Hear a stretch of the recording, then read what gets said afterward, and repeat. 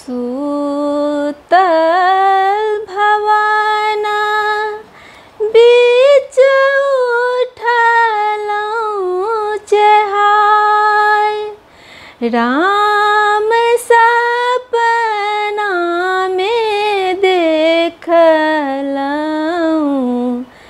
बिसहरि माय, राम सपना में देखलौं बिसहरि माय। घर पछुआड़ बामे ग्वालिन के बास, राम दूध देगे ग्वालिन बहिनी पूजब बिसहरि माय, राम दूध देगे ग्वालिन बहिनी पूजब बिसहरि माय। बिसहरि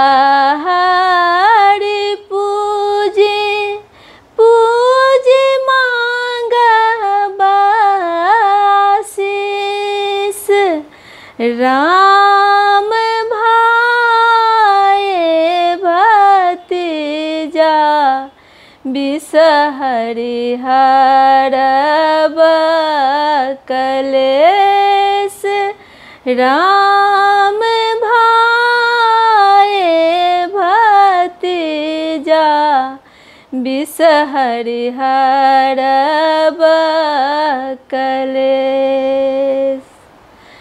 सूतल भवाना बीच उठलौं चहाय, राम सपना में देखलहुँ बिसहरि माय। घर पछुआड़ बामे कनुनिया के बास, राम लाबा देगे कनुनिया बहिन पूजब बिसहरि माय, राम लाबा देगे कनुनिया बहिनी पूजब बिसहरि माय। बिसहरि पूजी पूजी मांगब वरदान, राम सास ससुर देवर करब कल्याण, राम सास ससुर देवर करब कल्याण। सूतल भवाना बीच उठलौं चहाय, राम सपना में देखलहुँ बिसहरि माय। घर पछुआड़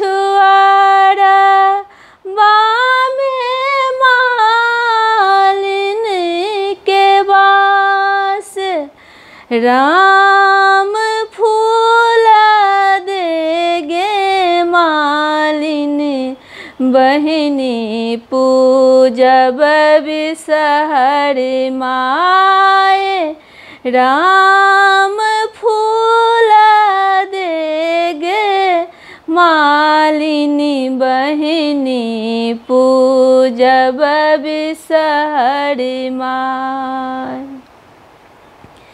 बिषहरि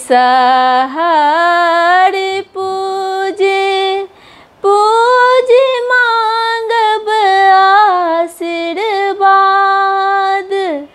राम गोदी के बालक बिषहरि राखब आबाद। राम गोदी के बालक बिषहरि राखब आबाद। सूतल भवन बीच उठलहुँ चेहाय। राम सपना में देखलहुँ बिषहरि माय। घर पछुआरा बामे हलुआई दुकान।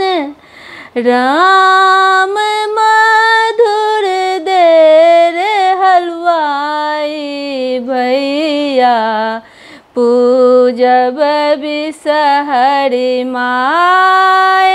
राम मधुर देर हलवैया भैया पूजब बिषहरि माय। बिषहरि